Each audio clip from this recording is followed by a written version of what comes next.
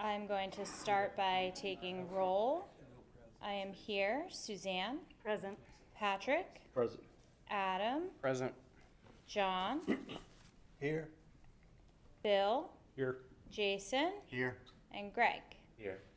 Look at that. Unanimous. Good work.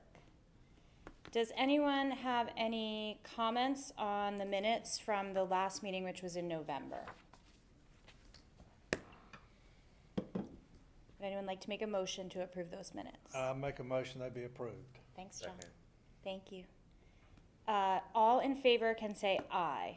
Aye. Aye. Anyone opposed, say nay. Is anyone abstaining? That passes unanimously. Thanks. I'm going to kick off the announcements just to say thank you to Commissioner Stallings, who unfortunately we didn't get to thank at the last meeting. She was incredibly patient and kind and willing to share her knowledge and expertise. So we are grateful for that. And we're also happy to have back Councilmember Gant. Megan, do we have other announcements? We do. Okay, two things. The first is I just wanted to let you all know that at the next council meeting on January 24th, that is where we are planning to have a town council vote on membership, which includes the reappointment of Bill and a new appointment of a Sean Crowell. So we will see about welcoming him on February.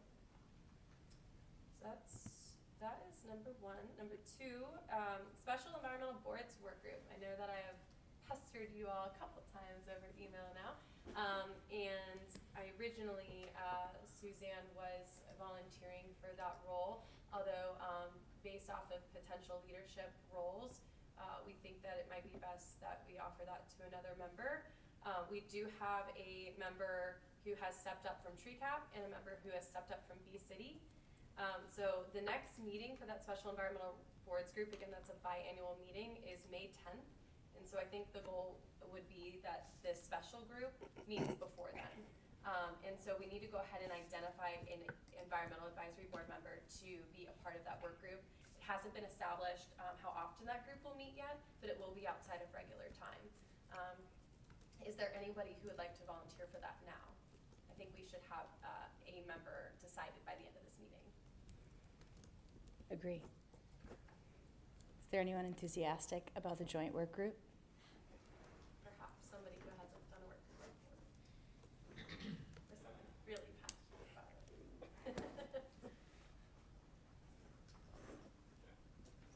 Maybe after we've had our election, we can return to this topic. Back and open discussion. And that's all the announcements I have. So we do have multiple nominations for chair and vice chair for this coming year.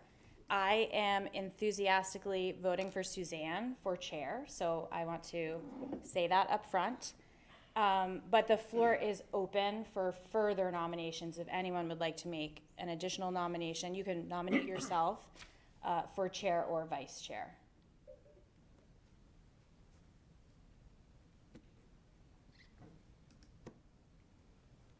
I will close the floor, and I will move to nominate Suzanne to be chair for 2023. Do I have a second? Second. Thank you very much. All in favor, say aye. Aye. Is anyone opposed, say no. Is anyone abstaining? Congratulations. Thank you. That is unanimous. And then we do have both John and Jason nominated for vice chair. Is there any discussion on that, or anyone who would like to make a further nomination? I think we will vote on the pieces of paper that are in front of you. So if you will write the name of the person you are voting for on that piece of paper, and then we will return them to Megan. This is That's correct.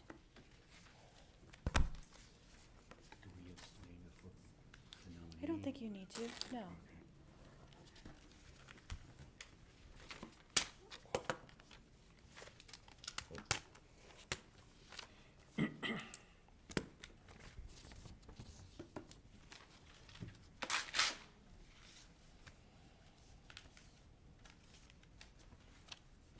Megan, are you comfortable if I collect them?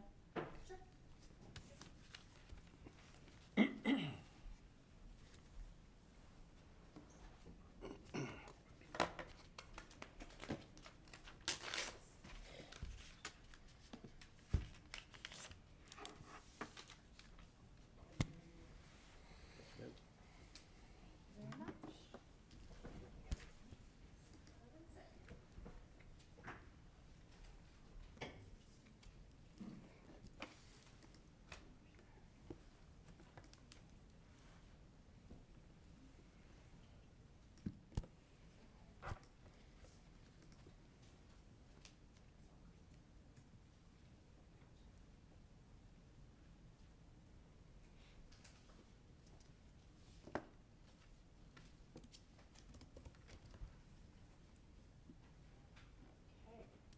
Based on majority, John Garrison is our next vice chair.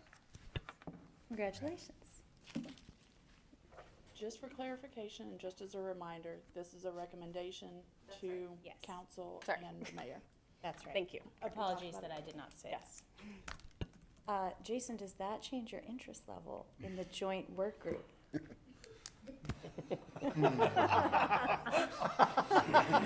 right into that, huh? Perhaps. How often do they meet? Do we know? I think you and right, Established later. the member from Tree Cap and the member from Bee City will determine that together. Okay. Let me think about it for a duration we can Sounds great. talk Thanks. about later. Thank you. All right, I think we are ready for the pre-app meeting from Veridia.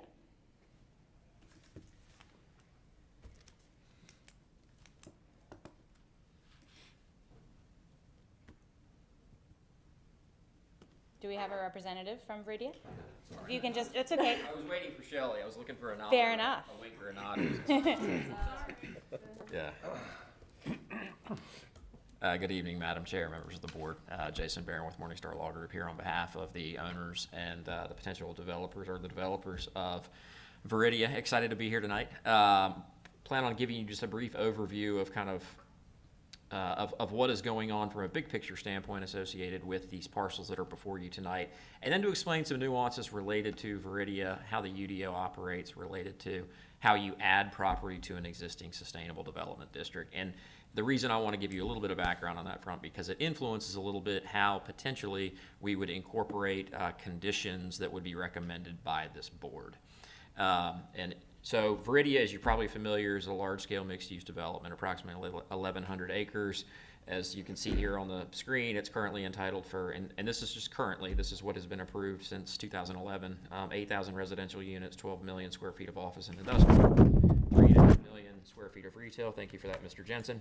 And then unrestricted hospitality, healthcare, and community uses. It's, you know, it's a large-scale mixed-use project that has been sitting stalled for an extended period of time. RXR is a developer, RXR Realty is a developer who's working with the owners, has been spending a lot of time, effort, and energy with the town to make Veridia become a reality. And so generally speaking, the property that constitutes Veridia, if you're not familiar, is west of 55, south of US 1, and north and east of the 540, NC 540. So if you could go to the next slide. Brandy, Shelley, my bad.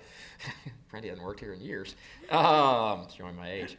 So there are 4 parcels that currently are owned by the existing owners of Veridia. That's Hudson Realty that weren't zoned as part of Veridia back in 2011. So all of Veridia was approved in 2011 as part of a single zoning case.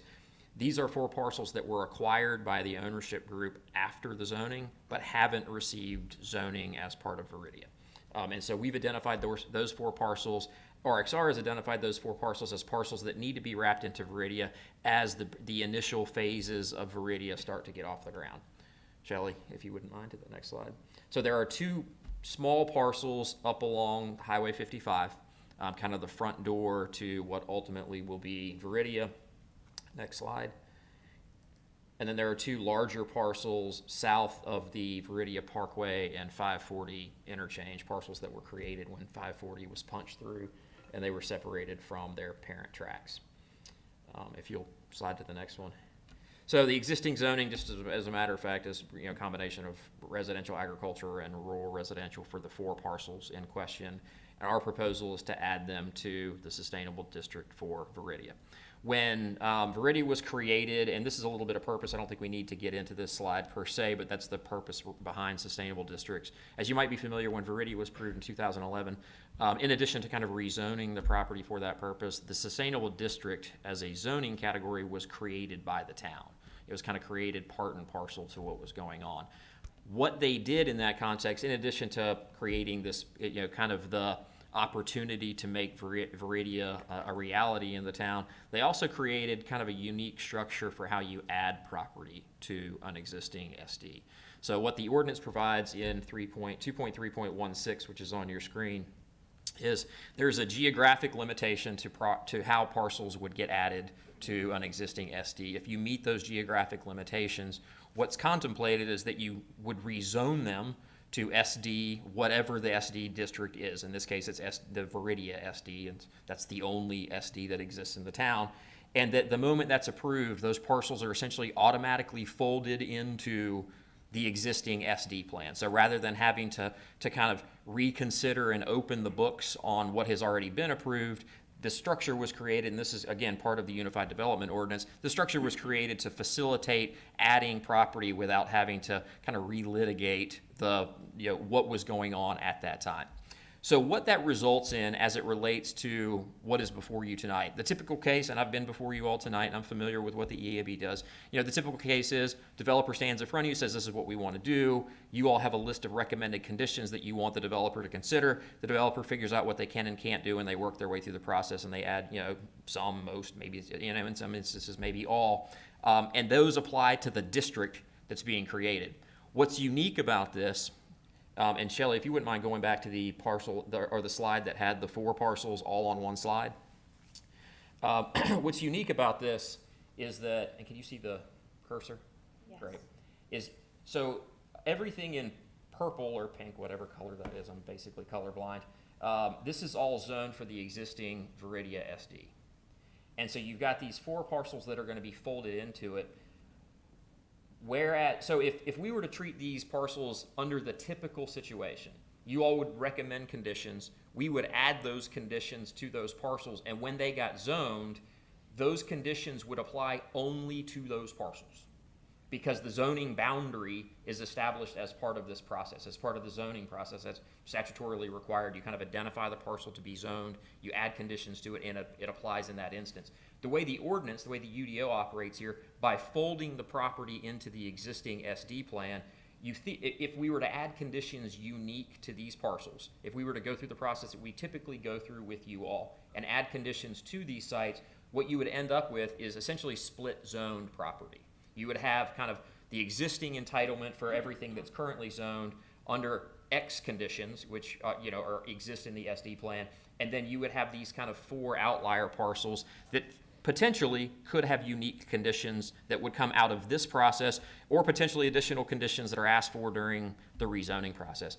As of right now, we're not sure how we're going to handle that. We're trying to avoid having split zoned property, having these 4 parcels have conditions unique to them and have everything else apply to them.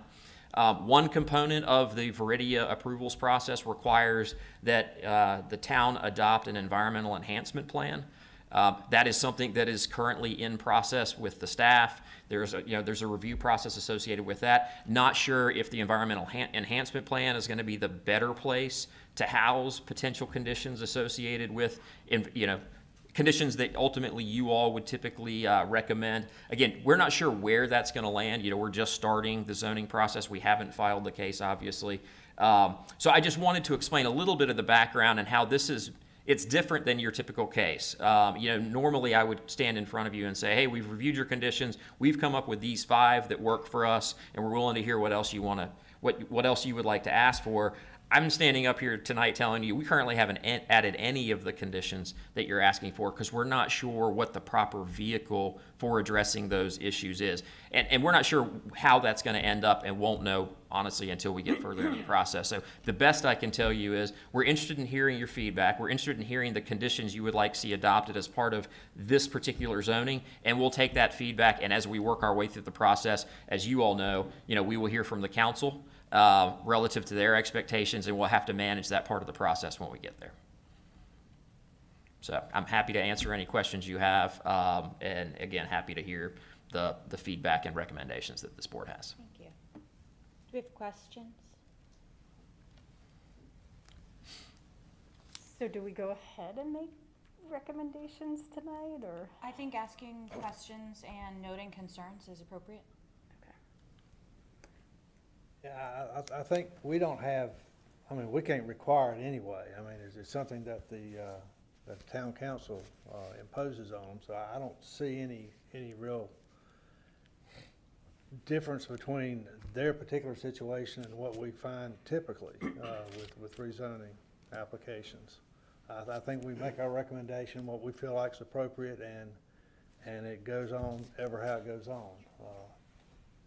And I don't disagree with that at all. I just wanted to explain to you why I'm not standing here saying I'm not saying we're not willing to do anything. I just wanted to explain the nuance and how it makes it a little bit tricky for us to figure out how we incorporate those things. Sure. But I agree with you. I think you all's role is exactly as Mr. Garrison has described. I have some questions. Okay, so I noticed in one of the documents associated with this, there were sustainable zones.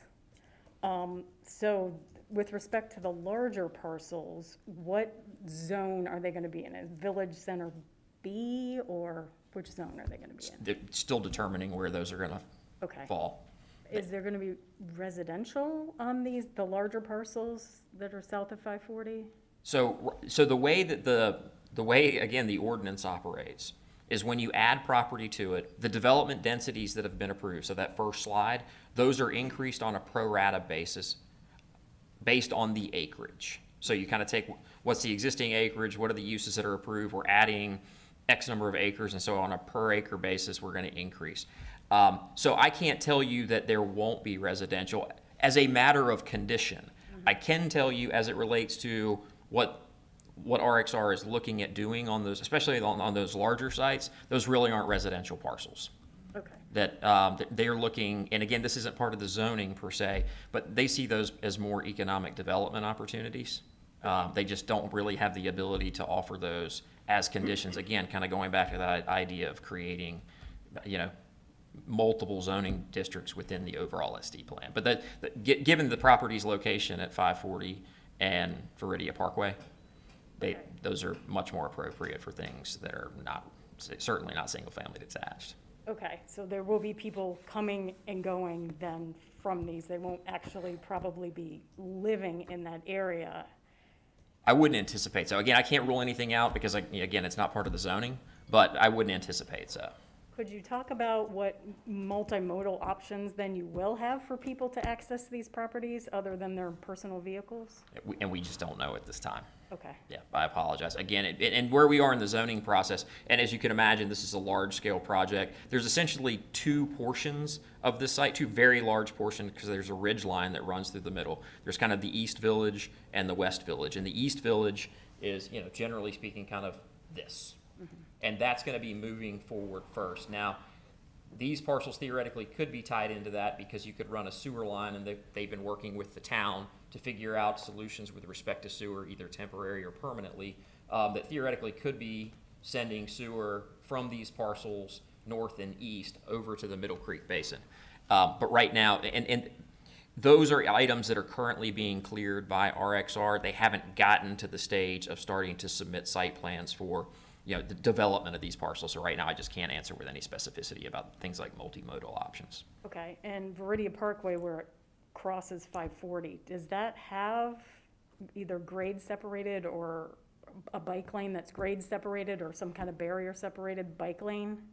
I don't know the answer to that, and I don't know, Shelley, if you have access to an aerial that would indicate whether a bike lane was put in when they put that bridge over 540.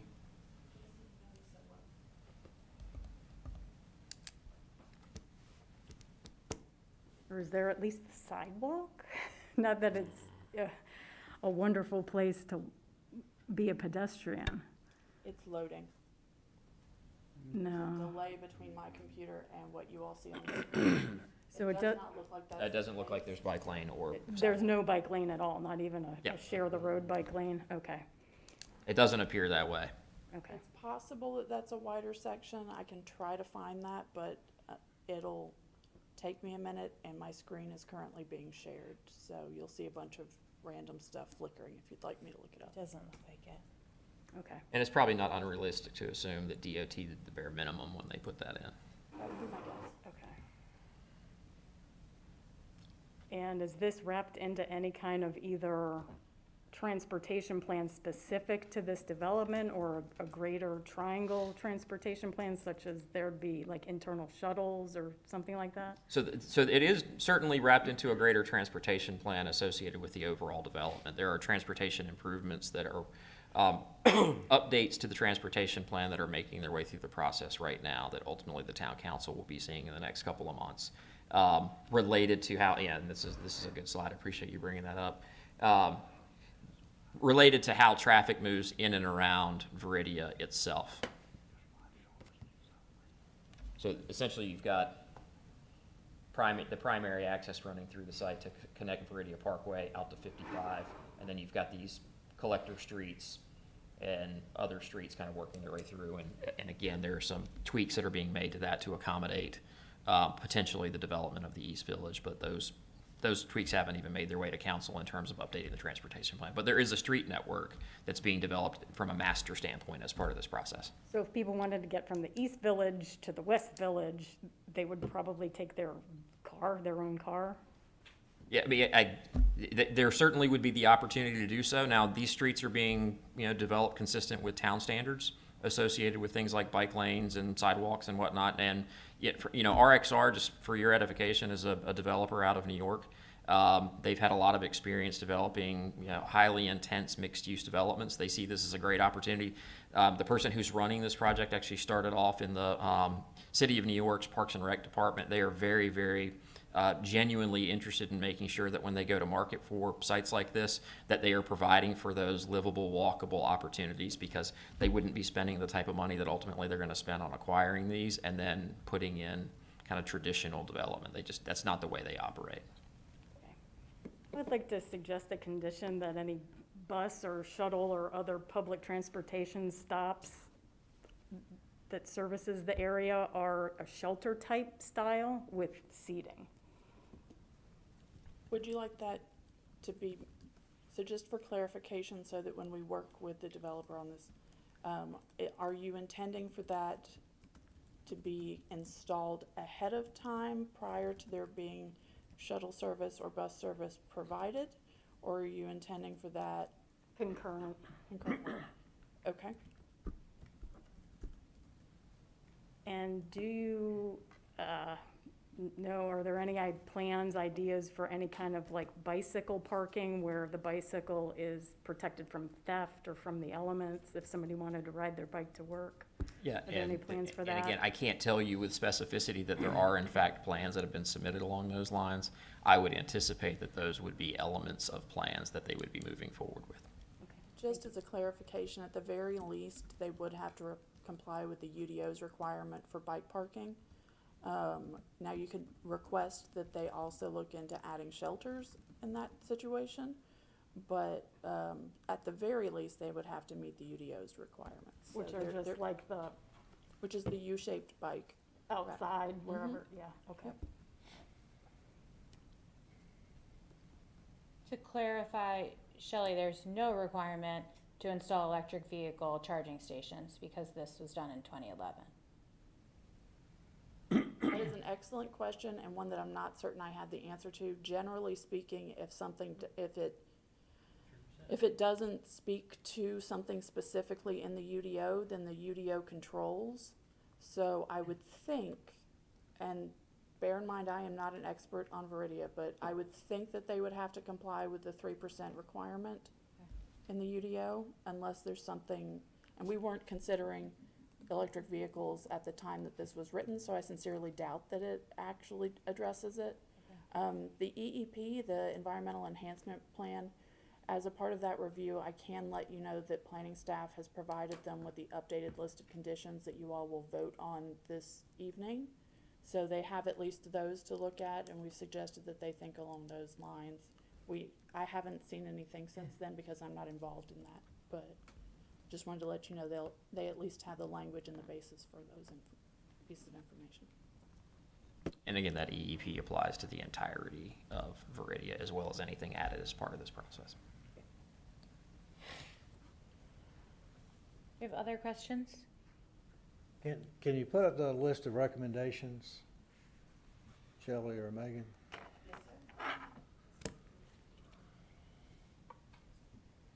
Do you want the complete list right now, or do you want what you've already recommended today? Well, I would say our complete list that we, The ones that you're going to vote on later today? yeah. One second.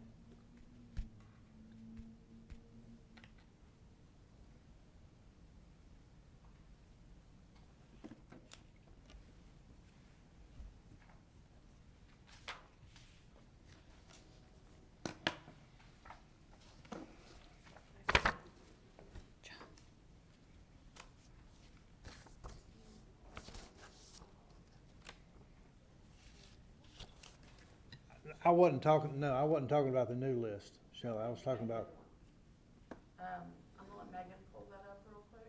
Okay, so the full environmental advisory board conditions list, right? Or the conditions that you're recommending? the ones that I'm recommending, and I don't know what anybody else has done. Okay, there's just, hold up.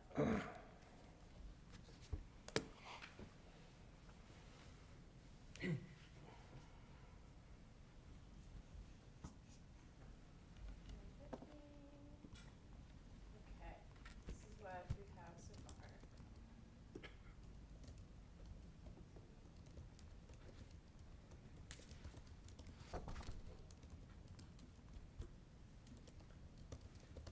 And Shelley, I believe you emailed me a list earlier today from Mr. Garrison. Yeah, right? I had a few items too. Yeah. Could you add to that the shelter style bus stops, not just seats out in the open, like the shelter kind? Oh, I'm sorry, so not with seating, but with a. With seating, but sheltered, kind of like the one over by the Compare Food.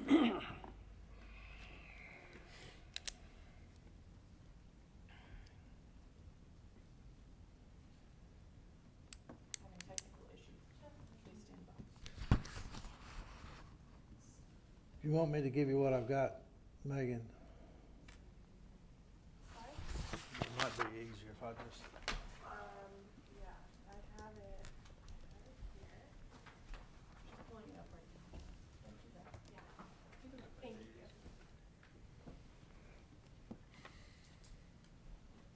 Sorry, I missed those.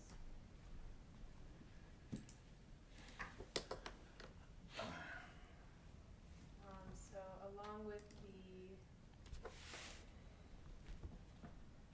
just switch over really quick, along with the one that Suzanne mentioned that you just saw, we're also discussing, these as recommendations as well from John.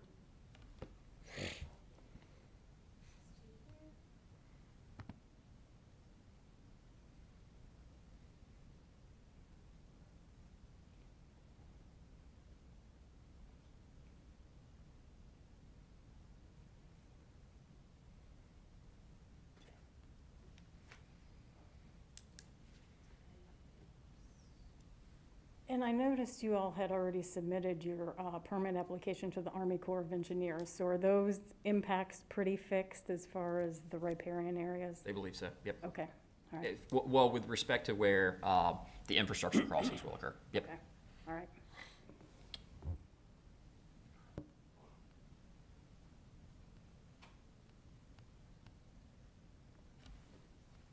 Most of these, John, seems like things that could fit easily into the environmental enhancement plan, I would think. I would think so, yeah.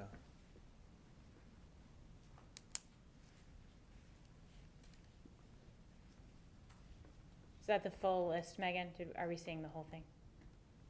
I can scroll back up if that. Could you scroll further down? Is there anything below lighting Oh. efficiency? No, that's It shouldn't be. Okay. No.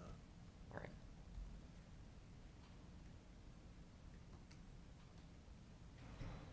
And again, I don't have authority to commit to anything tonight, in just kind of reviewing the list that Shelley shared with me, Mr. Garrison. The two that I think theoretically could be the biggest concern, and I just haven't had a chance to talk to the stormwater engineers, one related to the 100-year storm, and then second with respect to tree canopy especially. I mean, 75%, as you probably imagine, this is a site that's heavily wooded right now. The plan for development of Viridia is fairly aggressively mixed use, kind of an urban type development in this location, or as close to an urban development. So again, not rejecting outright the idea of those things, just wanted to share with you my initial thoughts when I reviewed that list.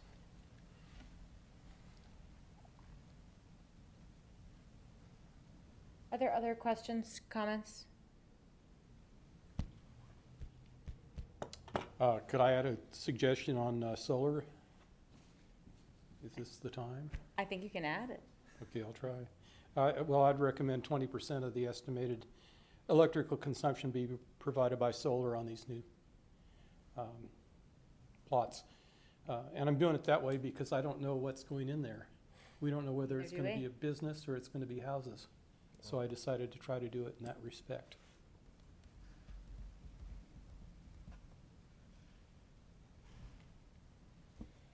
If you knew, would you, just out of curiosity, would you differentiate between residential and non-residential? I think you kind of have to because of roof size and then in terms of what the building is doing itself. And what the roof is. You know, these big flat roofs, then the question is how much do you require on a big flat roof? Yeah, to a degree I would. Gotcha. And again, just out of curiosity, as we make our way through the process, it helps inform decision making. Typically, I've been trying to say so many houses. Yeah. Because that's a unit. Understood. But then a big, huge building, like a Walmart or something like that. Performance. I don't know how you define it. It's that, you know, you can say 80% of the usable roof space, or you just say, you know, 80% of the energy consumption, but you don't know how much the energy consumption is. You don't have how big the roof is. Right. So Understood. you don't have enough inputs at this point, certainly, Agree. to make a decision. That's the problem.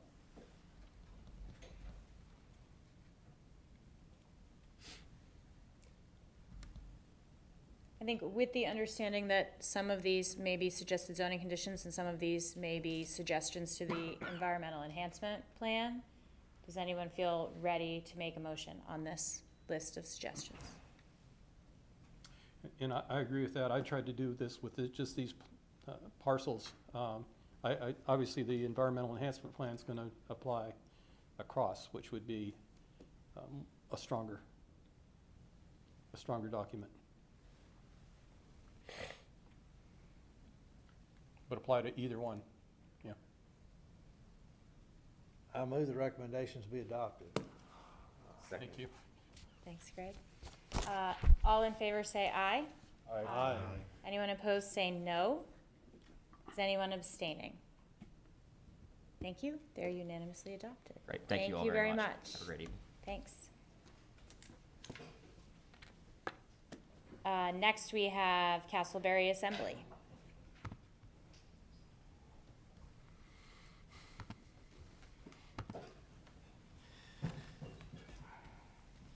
Wait for Shelley to pull up our slides Sure. here. Yeah. She's got a lot to do over there.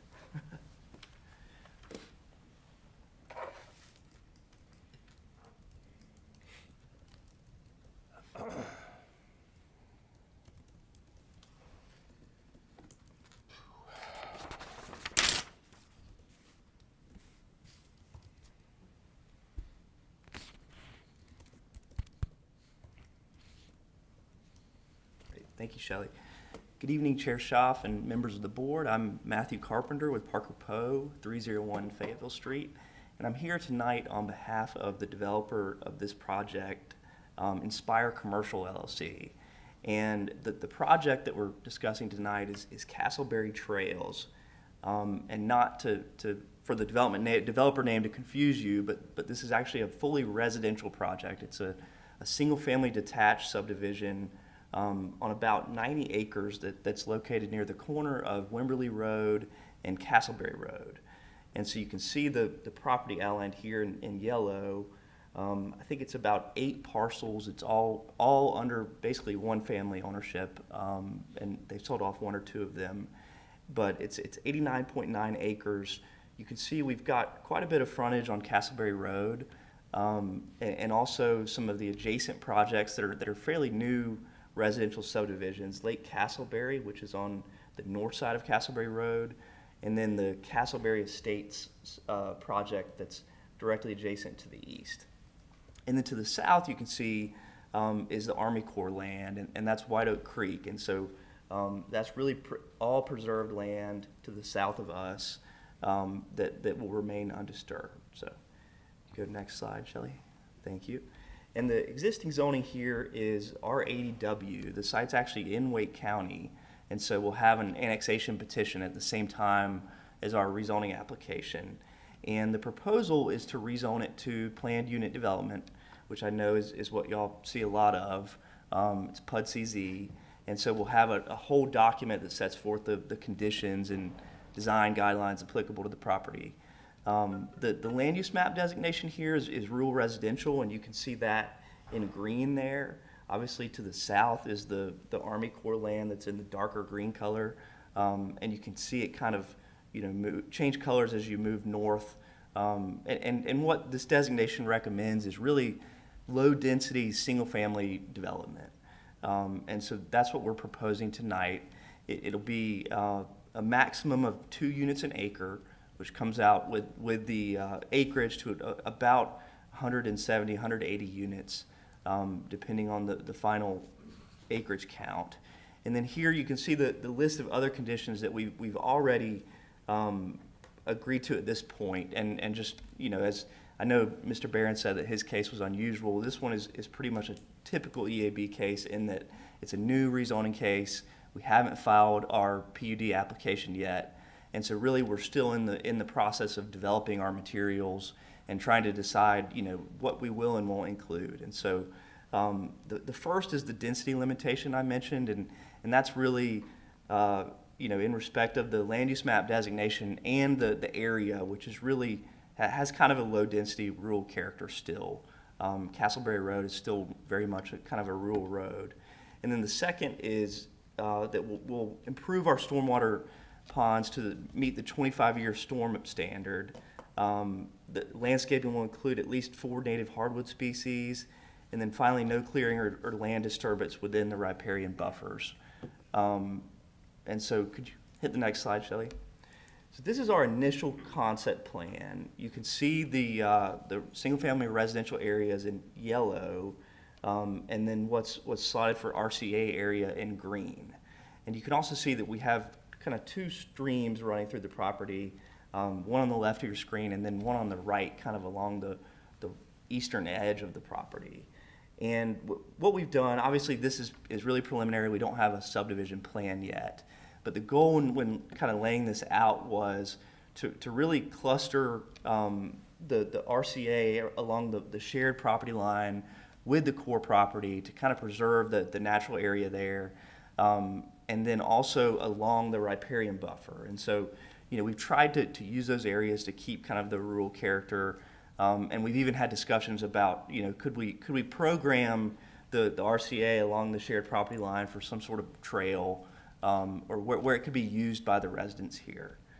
And so we did get Mr. Garrison's list of conditions this afternoon. I haven't had a chance to go through those with the developer, and so I can't add commitments tonight, but we are considering all of those suggestions, and we'll talk through those before we file our application the 1st of February. So happy to take any questions and that you may have. So thank you.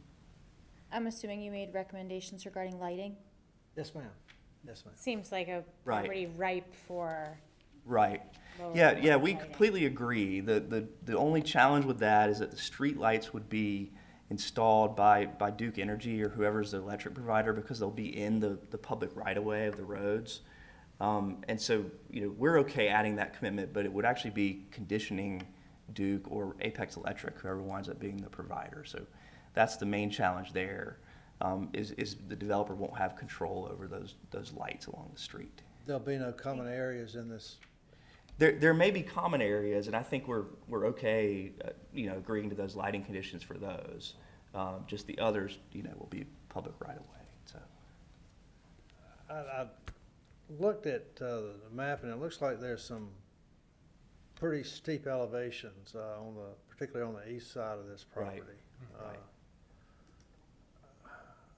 I'm a little concerned about erosion, particularly going down into the creek there on the east. But I don't know what to do about that. Has a grading plan been established? Not yet, no. Since we're at the rezoning phase, that normally comes with the master subdivision plan. They start working on it earlier typically, but I don't believe it's part of our filing. And then a couple aspects I didn't mention that aren't direct environmental points, but we will be constructing sidewalks along the frontage on Castleberry Road. For whatever reason, even though Lake Castleberry was built in maybe as recently as 2018, there were no sidewalks put in there. And so we'll add a sidewalk along our frontage.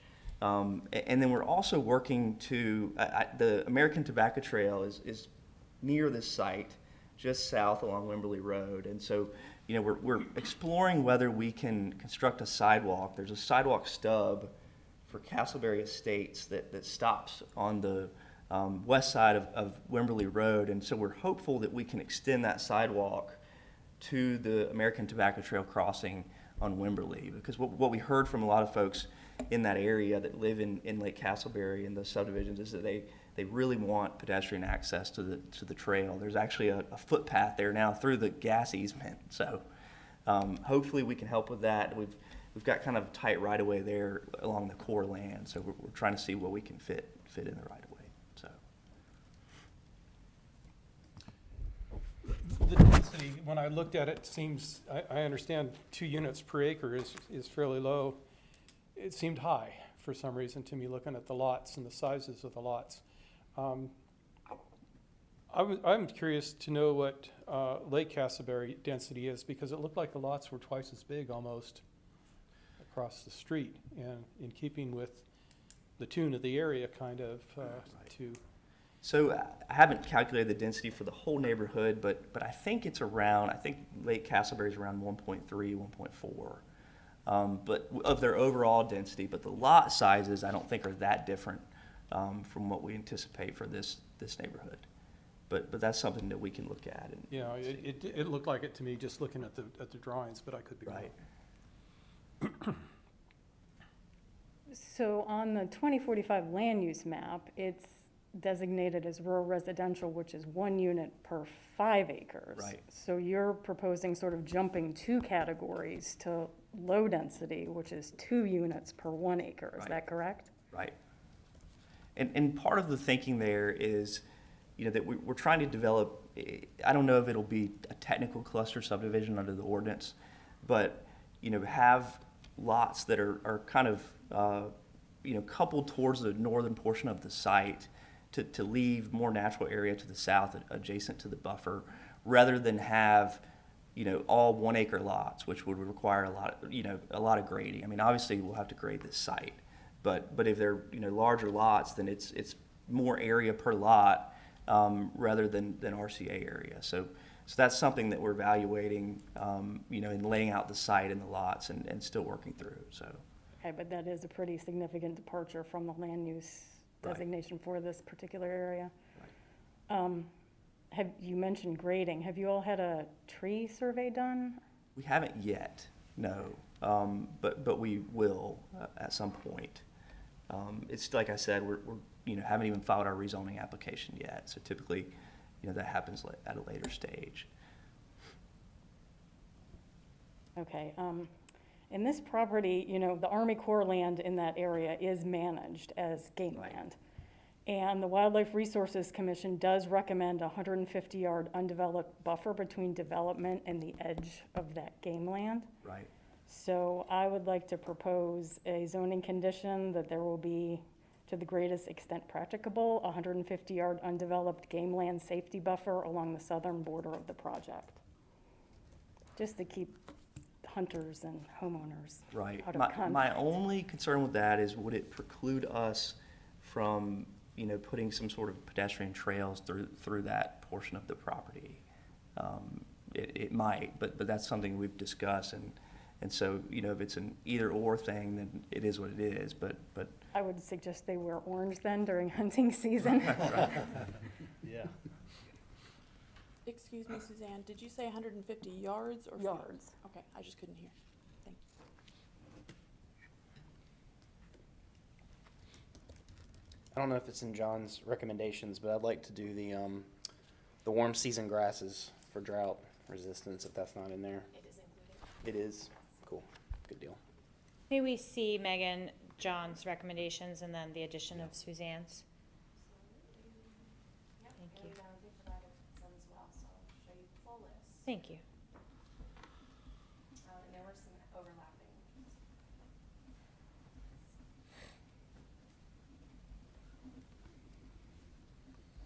I don't wanna go too small here, so you can actually read them, but I'll scroll down when you're ready. Jessica, for this area, is the 25-year, is that above what's required? it is. I believe it's 10 required. Yeah. 10 is what's required? Okay. Okay. Okay. And the thinking there is that we looked at what it would look like if we did a 100-year storm, and because we're so low in the basin, we're like at the very bottom of the basin, it actually would have a negative effect if we enlarge the pond, because it would release water slower, which could cause flooding upstream. So that's why we've opted for the 25-year. I'm willing to change mine to 25. Okay. Could you explain that then, one more time? Yeah, so I'm not an engineer, so I'm speaking out of turn a little bit, but what I understand is we're right there at White Oak Creek, and so because we're way downstream at kind of the bottom of the basin, if we release water slower, then it could cause flooding on the site and upstream as water flows from upstream to our pond, because the upstream, drainage areas are not releasing water at the same rate that we are. Is that? So like I can further expand. Yeah, thank you. Yeah, as it's coming down, so if you're holding it back at the bottom of the basin, by the time all the other water that's been attenuated is getting down there, and then you release it, it's just, it scours out the stream. Yeah, I understand that. I guess you're talking about this, almost the same volume or area of stormwater pond, though, in that situation is what I understand. Between the 25 and the 100, you mean? The 100-year stormwater pond is probably 40% larger than the 10-year, or something like that. I don't know what the numbers are anymore. It's not like it's 10 times larger Right. than a 10-year, but I would think that if you had the area and volume situation, if you had the area certainly and the freeboard on the pond allowed, you wouldn't run into the problem that you're talking about. Well, I think, even if we were to retain the water there longer, from what I understand is it wouldn't add anything meaningful. It would just Yeah, if that's be a the case. bigger pond. But, I'm happy to have Jeff Roach talk to you about it. I'll be glad to talk to Jeff Roach. Yeah, he coached me up on it, but I don't know if I can give you the full picture that he can, so. I'll talk with him. Yeah. Right. I'm a stormwater engineer. Okay, perfect. Megan, can I make a request? I think at the top, where we talk about the density of not more than 2 per acre, I think that's the applicant offering that. But then we have concern on the board that density is still too high based on the land use map. So can we note those two things separately?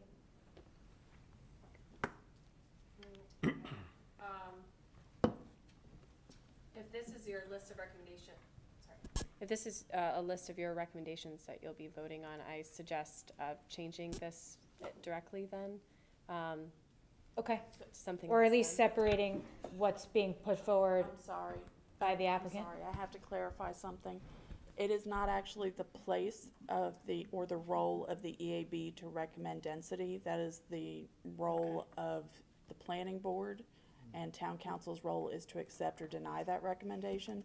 You can certainly send a note to town council, but it cannot be part of your typical recommendations. That sounds fine to me. I don't want it to look as if this board recommended maximum of 2 units per acre. We can just delete that- this off the list. Does that sound fair? Thank you. Yeah, I included it more for information. I appreciate than that. anything, yeah. I appreciate that, but just the way it's noted, it Right. looked like it came from the board. Right.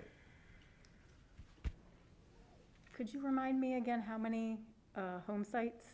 Yeah, it's 2 units an acre, and so it'll be, I think it's 89.9 acres, it's around 178. Okay, could we add a few more pet waste stations? That's fair. That's fair. That's fine, that's fine. Yeah, the two I think was a carryover from maybe another case I'd worked on, and so The people who buy your homes will appreciate that. right.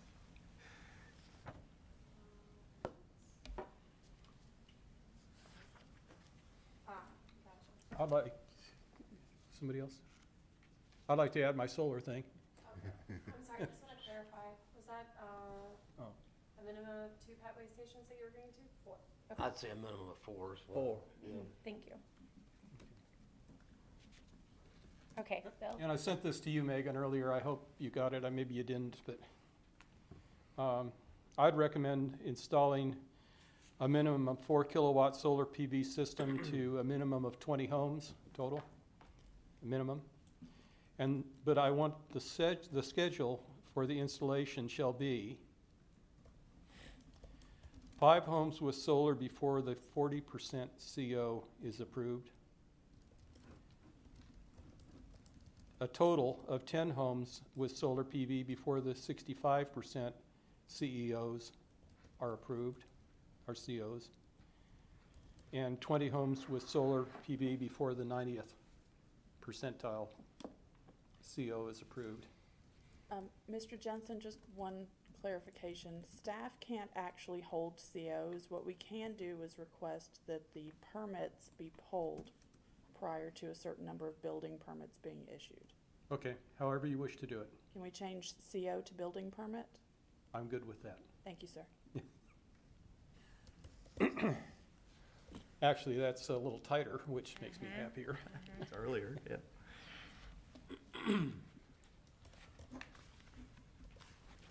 And so are you mass grading? We don't know yet. It'll depend on the ultimate master subdivision plan that will come, after the zoning phase. It will likely be mass graded, I would assume, but it depends on, the layout of the lots and the phasing. I just do want to note that this property is adjacent to the White Oak Creek Floodplain Natural Heritage Area, and that is a place that the state has identified as important for biodiversity. So, this property may not have a high natural heritage value, but it could provide a buffer to it. So this is one of those locations, like if this all falls through, this would make great off-site RCA for somebody else. But with the level of tree clearing in mind, I don't know if it's on there, I would like to put that recommendation that existing trees 18 inches in diameter that are removed by site development shall be replaced by a planting 1.5 inches caliper native trees from the Apex Design and Development Manual, either on-site or at an alternative location, that whole condition.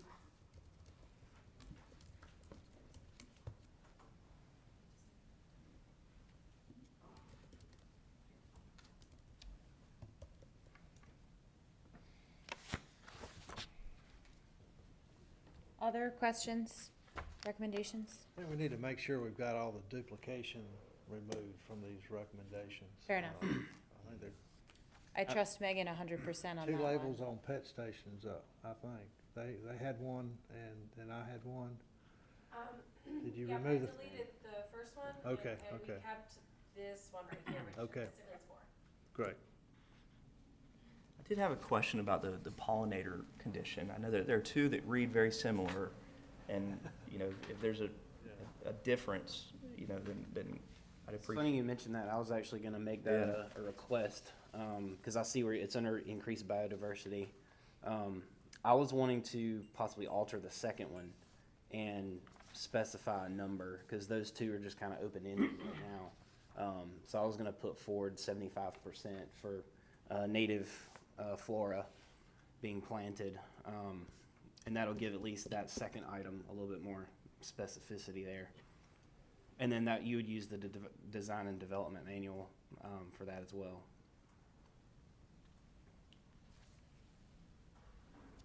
I don't know what the first one said.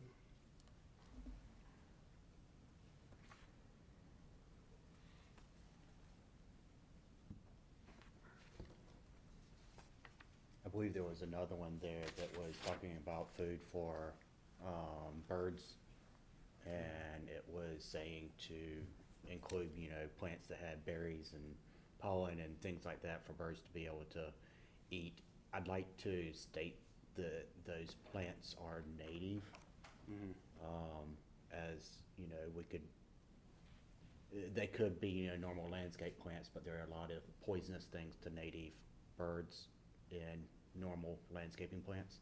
So that's under the implement green infrastructure, provide diverse and abundant pollinator and foods, bird food sources, nectar, pollen, and berries from blooming plants. I think we ought to throw in native somewhere in that sentence.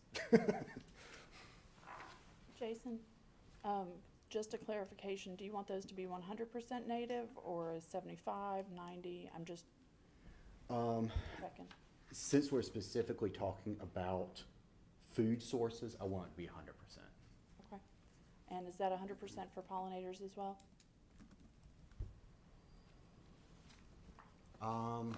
Just trying to make sure that I get the conditions right when we work on the rezoning. Yeah, I understand. For pollinators, we can back it up. We'll do 75% on those. Thank you.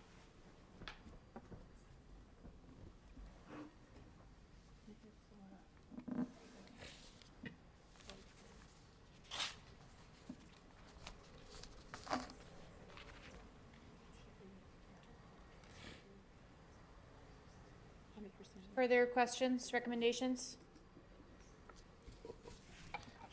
Shelley, real quick, on site plans now, are we, is the town automatically doing sidewalks on both sides of the road? All planned unit developments are required to have sidewalks on both sides of the road unless there's a side path that's required, in which case the sidewalk on that side is replaced with side path. Adam, I just want to make sure that I had your condition Yeah. correct. You were referring to the increased biodiversity and the native flora condition? Yes, that second bullet underneath right. that. Yep, and just say 75% on that. Yep, so that works, okay. And that's more like a common areas, you know, landscape areas, stuff like that. Thank you. Mm-hmm.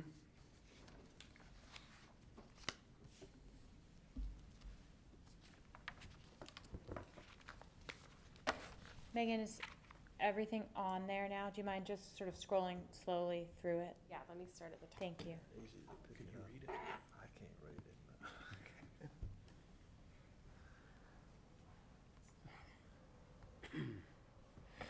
Might as well be the Dead Sea Scrolls.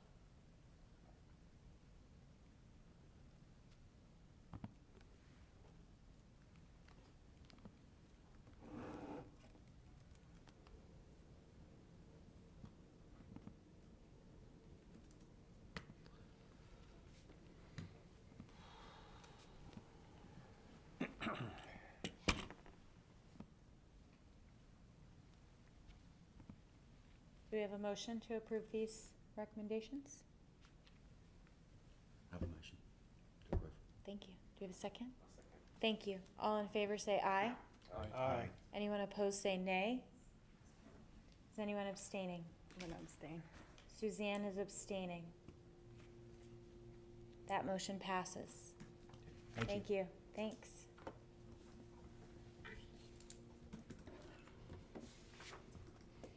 And And Shelley, I think you're gonna speak to us on Triangle Home Services Phase 2. I am. Unfortunately, Mr. Roach was not able to be here tonight. He had a family meeting that he couldn't get out of. So he asked that I just give you a brief overview of what's proposed for Triangle Home Services Phase 2, and then relay the comments to him, to you. Your comments to him. That's what I'm trying to say. One moment while I pull that up.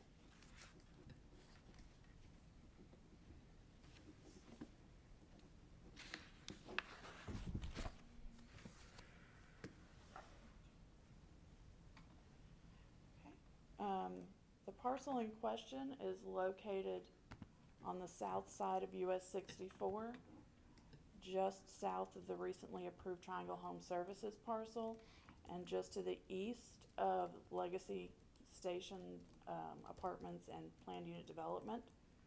And then this line here is the American Tobacco Trail.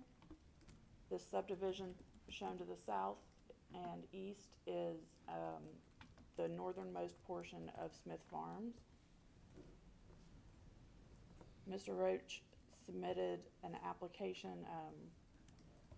This is a 4.5 acres or so. This will be a continuation of the development to the north, and his proposed conditions are as such.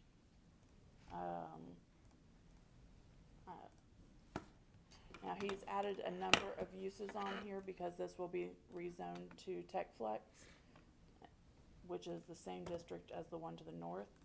So there are a variety of land uses listed in here. I'm scrolling through them because I don't think you want me to read them all out to you. And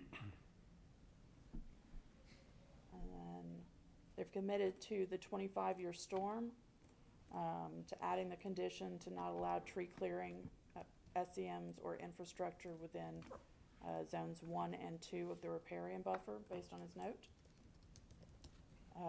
Planting deciduous shade trees on the southern side of the building and evergreen trees on the northern side.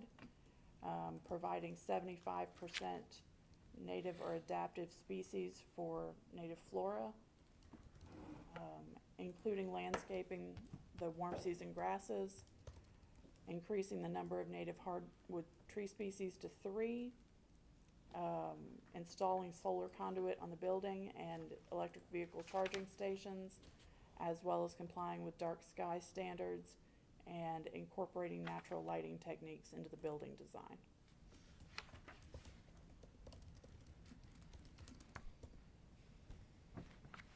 And all of this is for the 4-acre parcel? It is.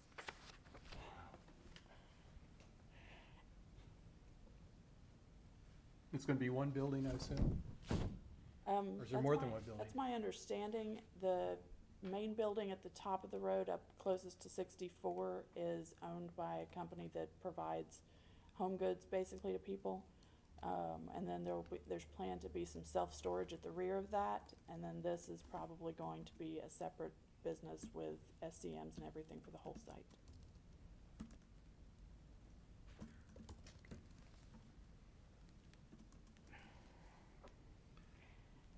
What's the buffer to the ATT there? The 50-foot type A, which is a fully opaque landscape buffer.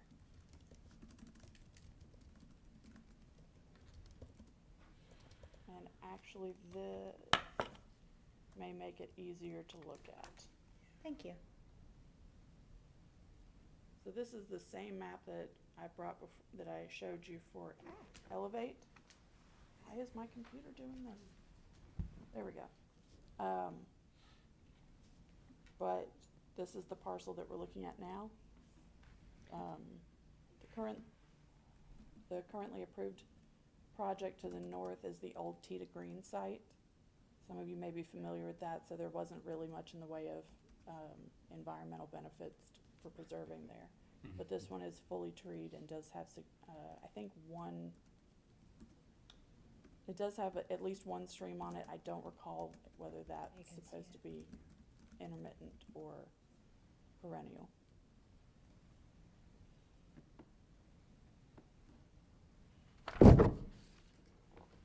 looks to be pretty wooded. Yeah. Did we have any recommendations on that they had accepted on as far as tree preservation?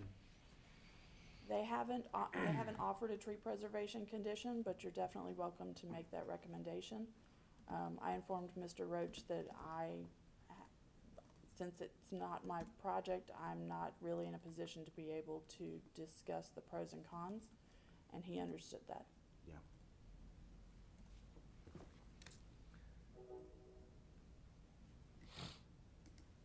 And if you'd like me to pull up a different map, I can certainly do that.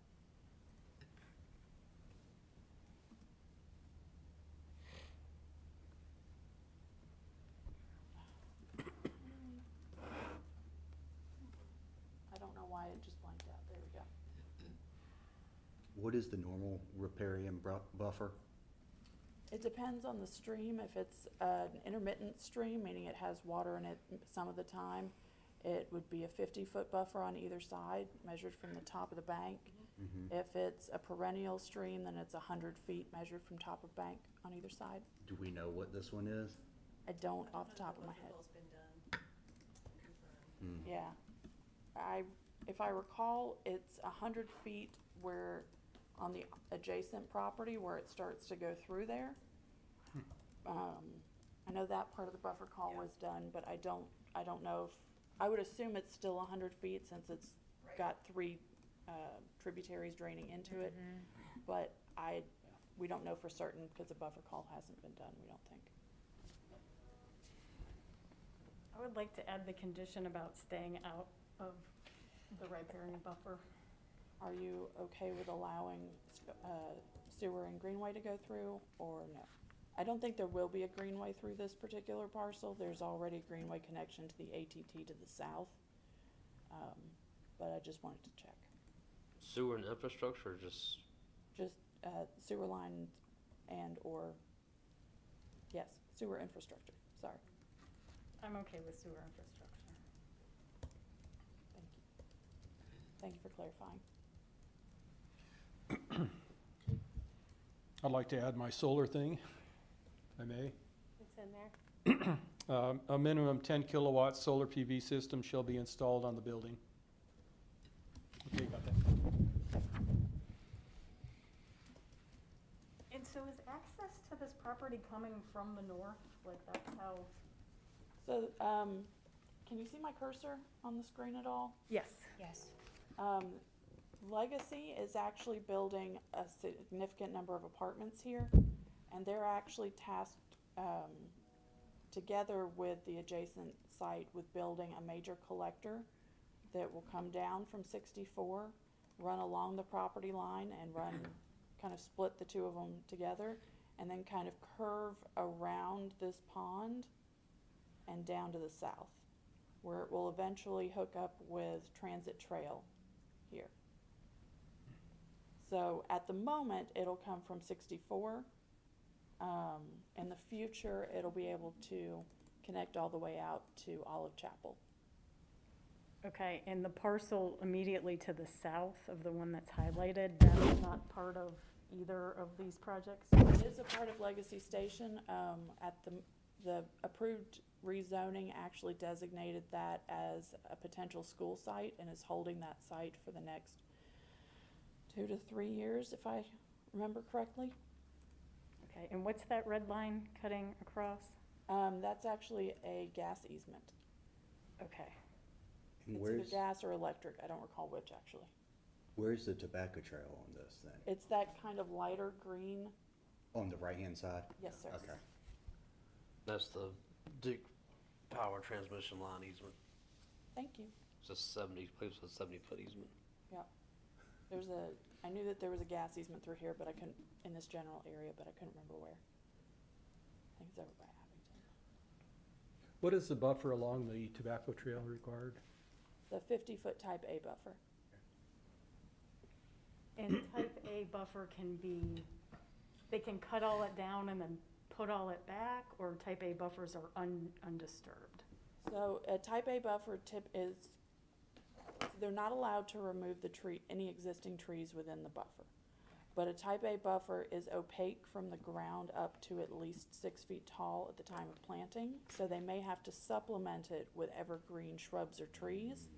What we typically see, or have seen recently, is developers planting a row of magnolias or arborvitae or junipers on the outside edge of that, whatever edge is more internal to the site, so that they don't disturb the existing trees, but they still get that full opacity, because our typical forest type here does not lend itself to heavy evergreens. So in order to bring that up to that opacity standard, that's what they typically do. Okay. Does that require that those particular plants are native? No, it's heavily recommended by staff, and we typically get our way, but if you want to add a zoning condition on that, you are definitely welcome to. Yeah, I would. Okay.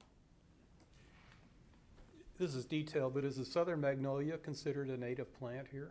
Yes, sir. It is. Mm-hmm. I'd hope so, but I wasn't sure. Natives within the buffer. So you can- This is as long as I don't go put in privet. That's what I'm worried about them putting in privet. Oh, yeah. Yeah.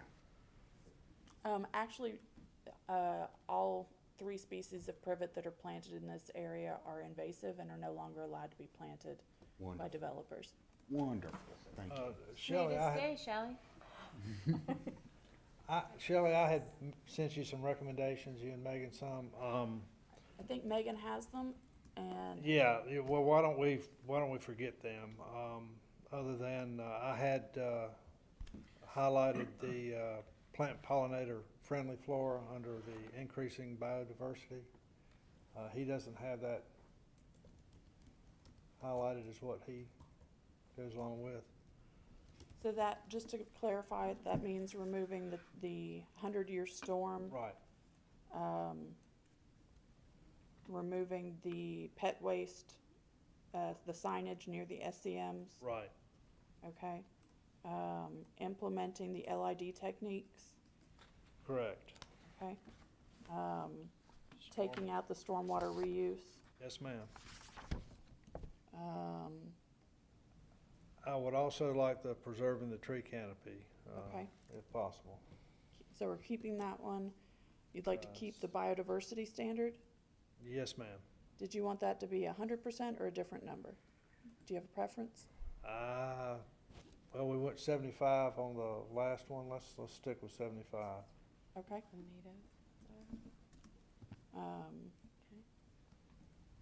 And then taking out both of the green infrastructure items, Yeah, yeah. okay? All right, thank you. John, why did you take out the lighting recommendation?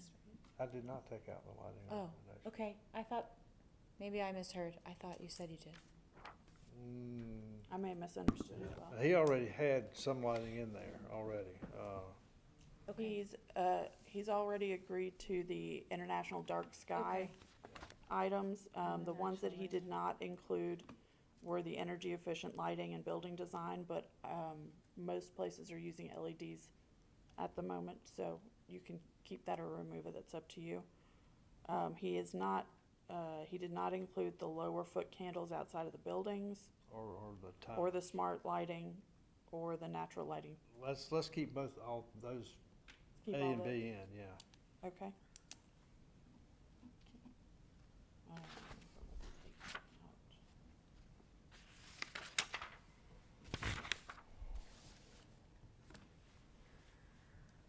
Other questions or recommendations? Can we see what recommendations we already have up on the screen?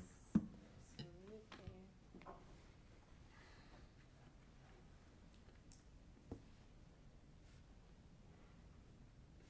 goes down there, so.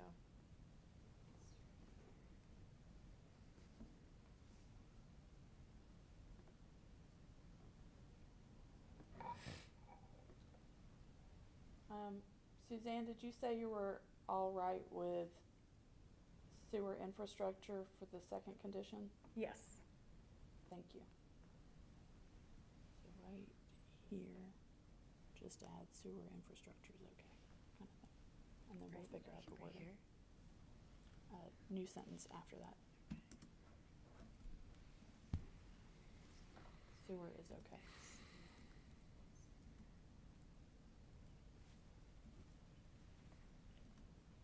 That works.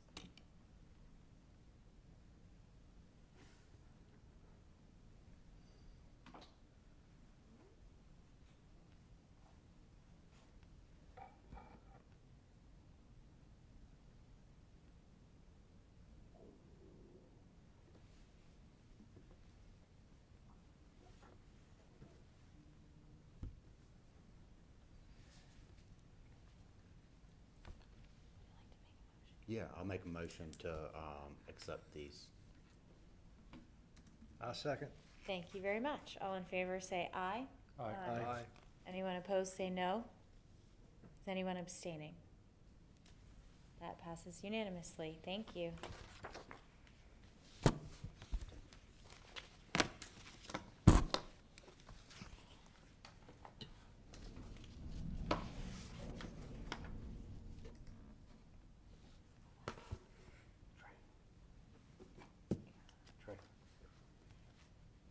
Okay, so we're going to turn to the revised draft of the suggested zoning conditions. And I would like to give my wholehearted thanks to the work group that revised this and to Shelley.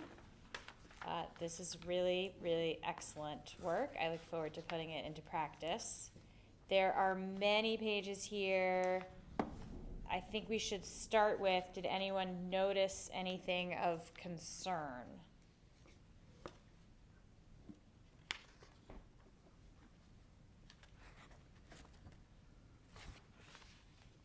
Okay, that's good. Do we have feedback?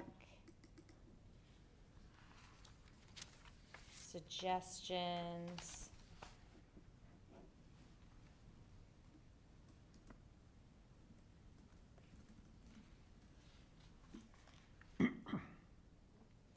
My only suggestion was there were a couple of places where we listed either a number of an item or a percentage where maybe it should have been X. We can certainly change it to that. If those were underlined numbers or percentages, then there's a section right here that says that underlined text indicates text or numbers that may be changed based on the specific project. So if you'd prefer to have it as X's instead, we can certainly do that. The group at the time thought that having a suggested number might be more beneficial because kind of a low-hanging fruit, people might be more inclined to just accept what's in front of them. That's fair.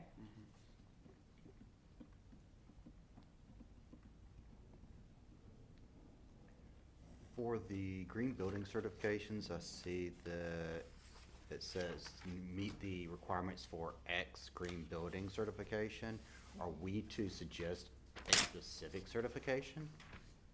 So there was a list that was provided by an applicant at one point that I could include in here, and you could choose from, or you could select a different one of your own. Staff isn't really, we don't have a lot of experience with green building certifications, so I feel uncomfortable recommending a particular one. But I'm happy to provide you with a list of the ones that I'm aware of, and we can include it in this document as, examples. Yeah, I probably can get one as well. My Okay. wife works for a group that actually does this, so I Oh. probably can get a good list of them, but Sure. my concern is we'll have to know what's the difference between each one of these certifications in order to be able to actually recommend which one to go with each, so. The alternative is that you include the entire list and just say that, and we can Pick the rephrase it that says of a green building certification from the list below. And then the developer can select the one that they're going to use and make certain that they follow the requirements for that and give us basically they have to, the way the condition is phrased, they have to hire a third party to confirm that they've followed all the requirements for that, and then provide that certification is wrong, but guarantee to staff. Yeah. I think right now, if we get them to do anything with that, I think that's a positive. Yeah. Uh, So maybe updating this to, instead of X green building certification, we can say the project shall be designed to meet the requirements for one of the green building certifications on list provided. And that would take us out of the picture of going, you need to do LEED certified or energy certified. Right, right. We'll need to really study them up a bit, though, that's for sure. Yeah, There's because so many different ones there really is. and different ratings within them, bronze, silver, or gold. Exactly, and we would have to almost have a whole meeting on just that. Probably so. Sorry, I had the wrong one up for just a second. One moment.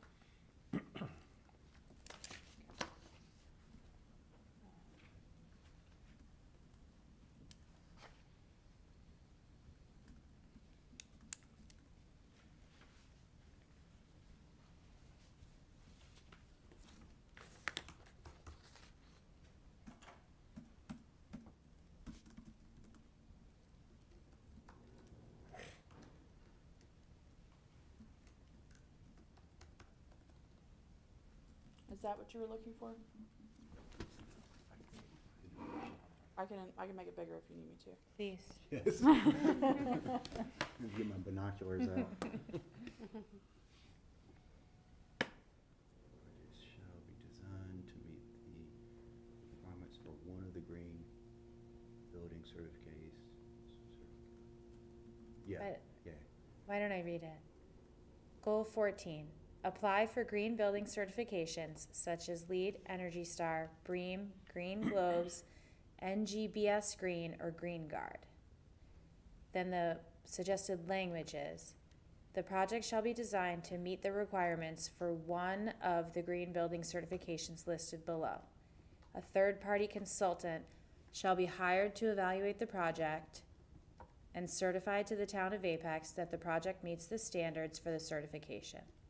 The applicant shall forward a copy of the certification application to the town of Apex Planning Department to verify that the application has been submitted. And the only reason that it doesn't say that that the certification has been obtained is because some of these are process certifications, which won't actually get their certification until the end. So LEED is a process certification, whereas Energy Star is a design criteria, and you just meet certain standards. But So. you get that at the end. And so this language has been, we went back and forth over this language a bunch of times to try to figure out how you get around that. And the decision was that you make sure that the third party knows what they're talking about and that they can say that it will get the certification, and that they forward a copy of the application to make sure that it actually has been submitted. Does that make sense? Does it seem Yes. like what you had in mind? Yeah, that's what I had in mind. I just want to take the responsibility of us suggesting a Agree. specific certification, because we would have to study up on each and every law requirement, and that's a lot. I like it this way, Yeah. it's flexible. And I changed it to above, just because we do have some listed there, but if you want to send an additional list Yeah. of certifications, we can always update that. I've already sent a text to her asking her if she can provide it at some point in time, and if the town does have more, then that'd be great to update the list too from there. Okay. One thing I will suggest, Shelley, the document looks beautiful on the paper, but reading the green from here is challenging. So we might need to go a little darker for when we have these meetings. We can go a little dark. Sorry, because it's very pretty. You've made it a beautiful document. Well, they wouldn't let me use blue. But I'm watching out for Because- Suzanne here, and it's gonna be, it's hard to read. So I will find a different green that still looks green on paper Thank you. and is darker on the thing. But I will say that nobody would have let me use any shade of blue. And we all agreed that red felt slightly aggressive. Yes. More than slightly.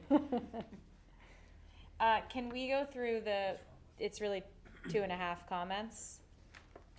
And Suzanne, maybe you wanna talk about what the intention was here, but on page 4, at the top, under planting and landscaping, there's a question about the language. Right, so we were wondering if anybody has any expertise in the minimum depth of topsoil that would be appropriate to preserve and bring back, to meet the goal of encouraging the establishment of healthy plants, reduce fertilizers, and reduce runoff. So we were unsure if 3 inches was appropriate, and I think that's maybe a holdover from, I don't know, Mary. There used to be an old requirement in the UDO that was removed a few years ago. And I don't know why it was removed. I don't recall when it happened, but it used to be that developers had to preserve at least sufficient topsoil on site to scatter 3 inches of topsoil over the lots afterwards to help grasses and shrubs establish. The last time I went looking for it, though, I can't find it anymore, so either it was done deliberately and I just don't recall, or it was an accidental removal when we were overhauling something else. We were also wondering if anybody knows of any additional options for improving the soil quality that could be used, and keep in mind, these have to be used on a fairly broad scale to some degree. I mean, you can have some in here that are for smaller developments and some that are for larger, but I just don't know of anything other than preserving topsoil or adding compost, but I don't know of a rate for compost that's appropriate, that's not our area of expertise for anybody that was on the board. They would have to import the compost, I would think, wouldn't they? We actually have several composting facilities that make professional grade compost very close by. There's one just outside of New Hill that's super, super close by. I got to go on a field trip one day. It's the only reason I know about it. If they cut down the trees, would it be worthwhile to try to have them chip that material? That Or could does be that create a mulched problem? and used. It has to be aged, Has to be aged. a certain amount, but if it's allowed to age, I think for 6 months or a year, and I don't know the number on that, then it can be used.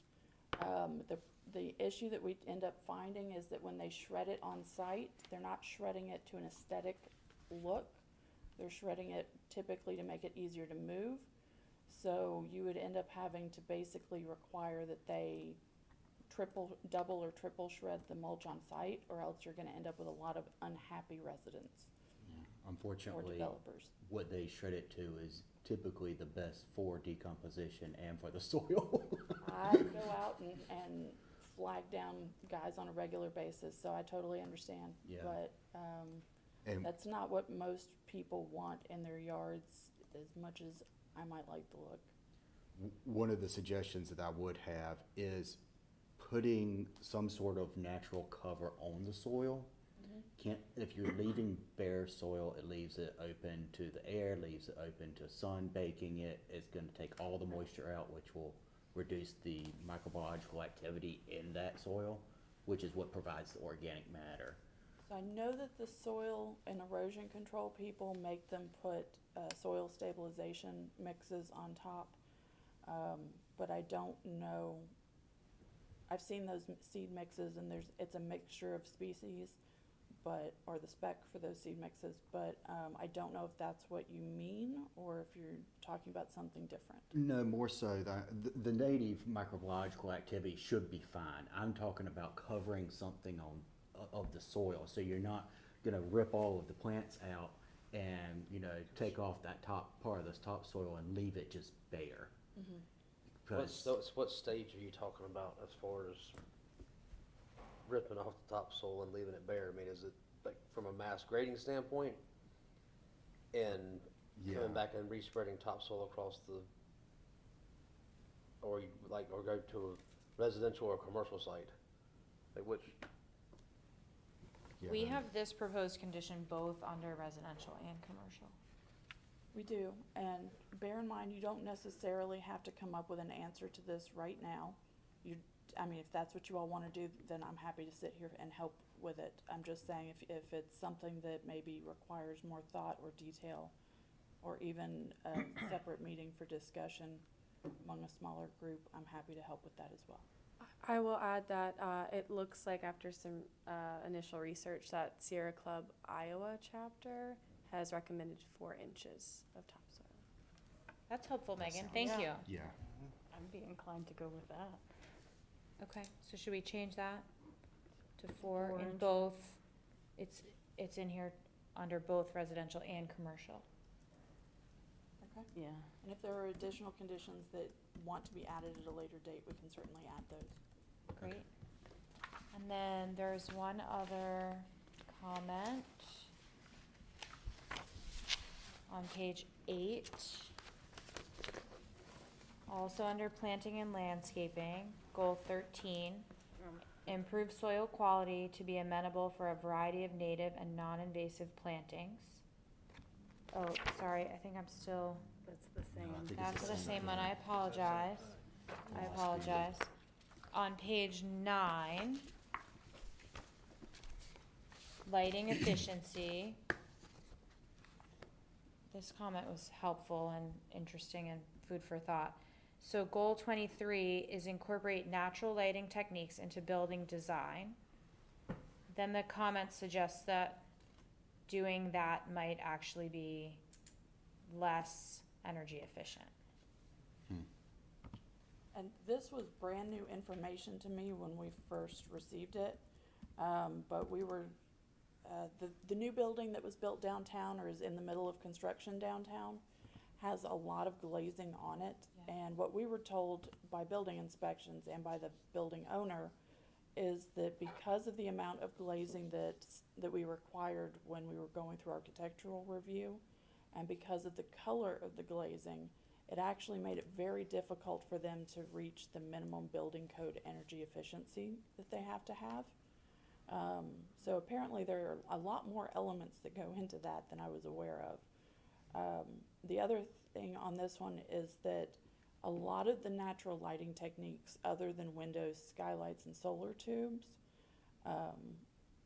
are all things that are done internally to a building, and we can't regulate based on state law. So there are actually ways to increase the number of mirrors in a room, or transoms in older houses used to have that gap at the top of the door that was a window that would basically let in light. And a lot of our new offices have that as well, so that it lets light in from the top that bounces around, but we can't regulate it based on state law. So it's a great idea, and we didn't recall who had originally added it to the list. It's just that if we want that to be a condition, it can definitely stay one. I just don't have the expertise, and I don't think planning in general will, to be able to determine if that's something that will end up helping or hurting. Would anyone from the work group like to comment on that? Well, I think we sort of agreed that it might be better to remove it for now. Okay. I agree. That sounds fine. So we'll remove goal 23 and then just renumber 24 to 23.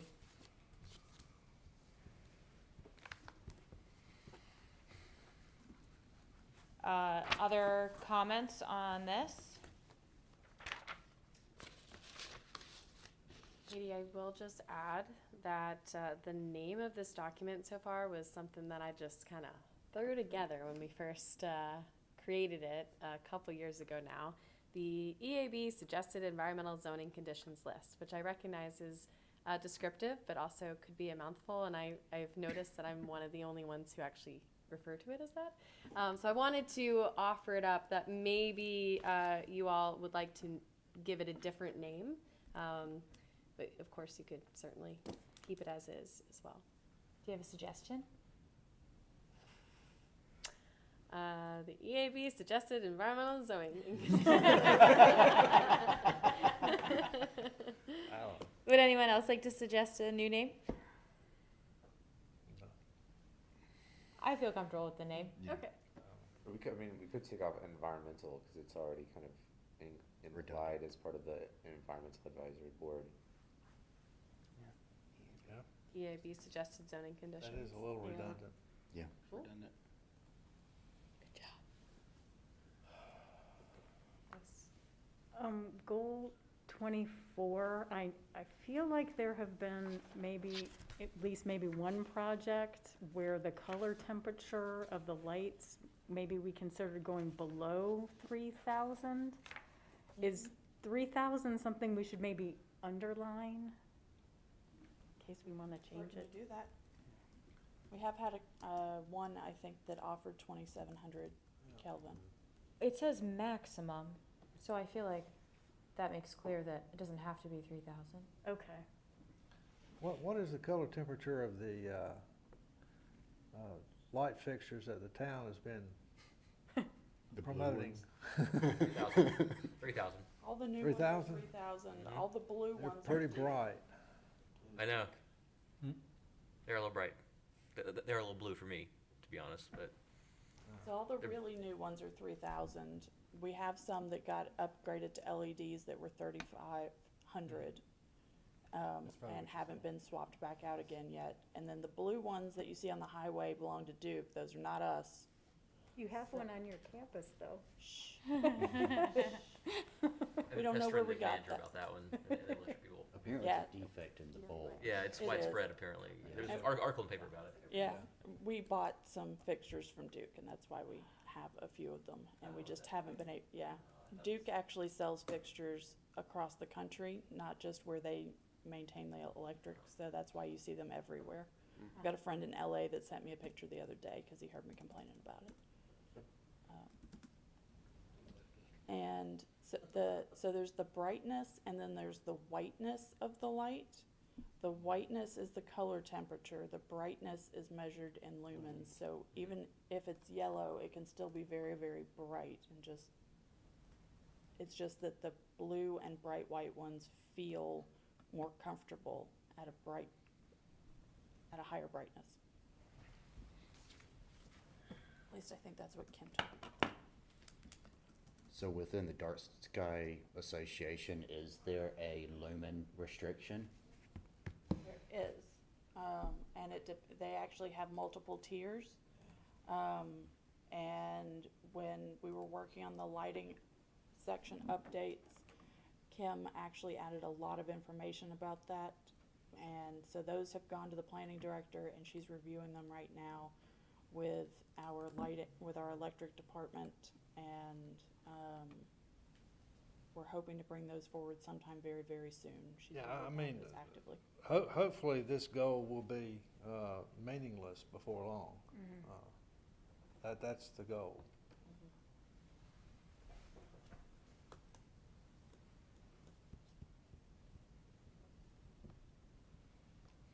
With enormous thanks to our work group, I would like to make a motion to adopt this as our new list of suggested zoning conditions.